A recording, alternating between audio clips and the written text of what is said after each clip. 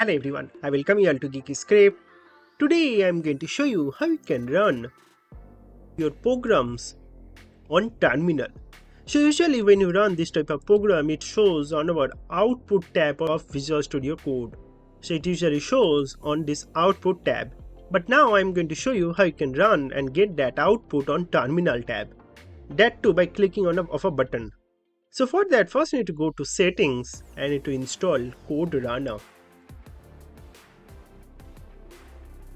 So you click on Code Runner and you install that.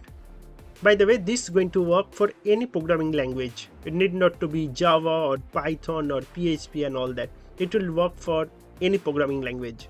Like you can see for C, C++, Java, PHP, Python, Perl, Ruby, Go, Lua, Groovy, every single thing. It's going to work.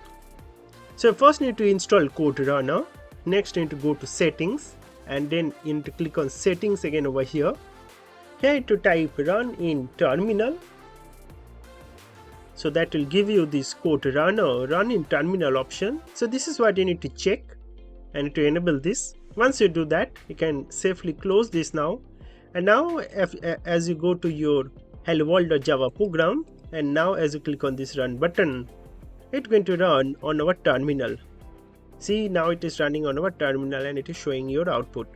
So if you need user input and all that, so then terminal is a very good place, right, for programs.